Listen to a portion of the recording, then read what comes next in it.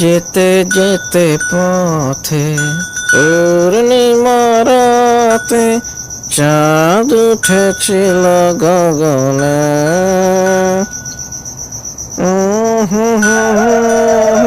High high হাস হাস এই হাট হাট হাট, চল চল চল, তাড়াতাড়ি চল বলছি।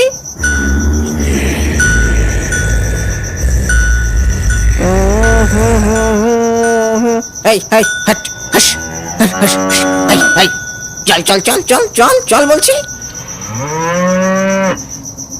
কি হলো?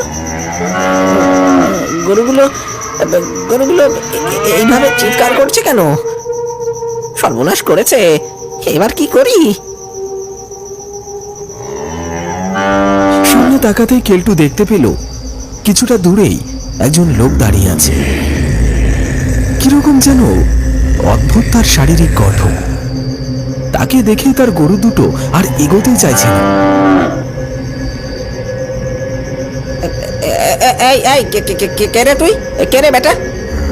আমাদের পথ আটকে ওইভাবে সামনে দাঁড়িয়ে আছিস? হ্যাঁ, তোকে দেখে তো আমার গরুগুলো যেতে চাইছে না। পথ ছাড় ছাড় বলছি। এই এই বেটা, কানে কথা যাচ্ছে না নাকি? হ্যাঁ, পথ ছাড় বলছি।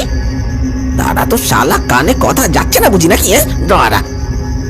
বলেই রেগে গজগজ করতে করতে কেলটু এক লাফে গরুর গাড়ি থেকে লাফ দিতে সেই অদ্ভুত চেহারার লোকটি ঘুরে দাঁড়ায় আর সঙ্গে সঙ্গে ভয়ঙ্কর রূপ ধারণ করে। তারপর কেলটুর দিকে তেড়ে মেরে ছুটে আসে।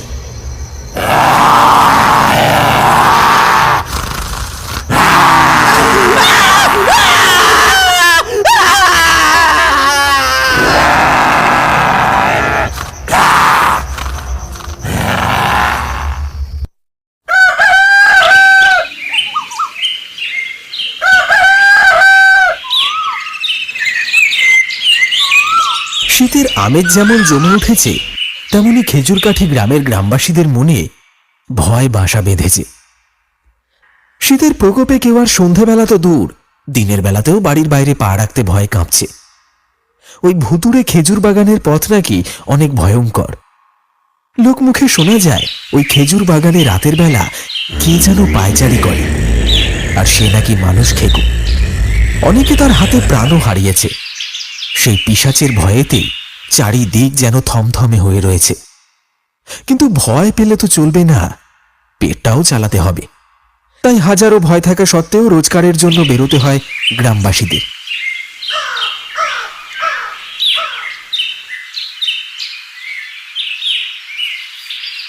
কে রে বেটা, তোর বাবা কই?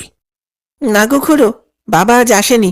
বাবার শরীরটা একটু খারাপ, তাই আমি খেজুরের গুড় নিয়ে হাটে এসেছি। তা ভালো তো। তা গুড় কত করে দিচ্ছিস? ভালো হবে তো? হ্যাঁ গো খুড়ো, একদম খাঁটি গুড় আছে, কোনো ভেজাল নেই। এই তোমার দিব্যি খেয়ে বলছি। থাম বেটা থাম, দিব্যি খাওয়ার আর লোক পেলি না। গুড় আনতে এসে পটল তুলবো নাকি? তুই আমাকে 100 ভালো গুড় দে। গুড়টা নিয়ে তাড়াতাড়ি বাড়ি যেতে হবে।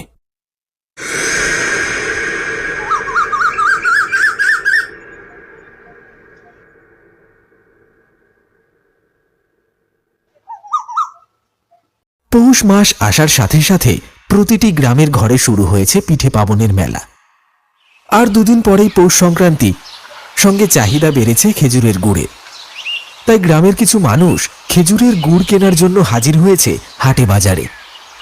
ঝিমলি নদীর তীরে অবস্থিত একটি ছোট্ট গ্রামেই খেজুরকাঠি।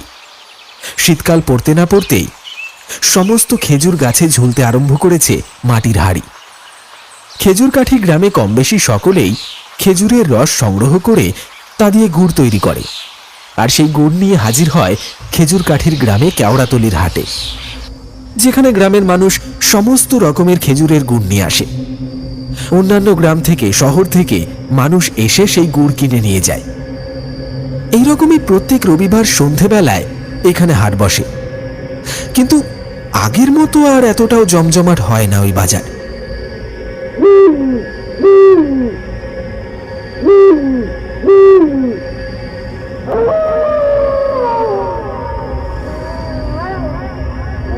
সত্যেন কাকা বললেন, কিরে পটল, কেমন বেচা কেনা হলো? তা কখন বাড়ি যাবি? রাত যে বাড়ছে। এই যে কাকা, ওই মোটামুটি বেচা কেনা হয়েছে। তোমার কেমন হলো? এই ভালোই ভালোই সব নিয়ে ঘরে যেতে পারলে বাঁচি আর কি। আমারও ওই হয়েছে, আগের সপ্তাহের থেকে একটু ভালো। যা বলেছিস, যা সব শুনছি চারিদিকে, আমাদের আবার তো ওই রাস্তা দিয়ে ছাড়া উপায় নেই। বড় রাস্তাটা কাল বাঁধবে বলে কাজ চলছে, ওই দিক দিয়ে তো যাওয়া যাবে না। আজ তো আমাদের ওই খেজুর বাগান দিয়ে যেতে হবে। সে কি গো কাকা, আগে বলবে তো। আমার তো এবার ভয় লাগছে গো কাকা। চলো চলো, তাড়াতাড়ি চলো। আজ তাই বাজারঘাট একদম ফাঁকা হয়ে গেছে।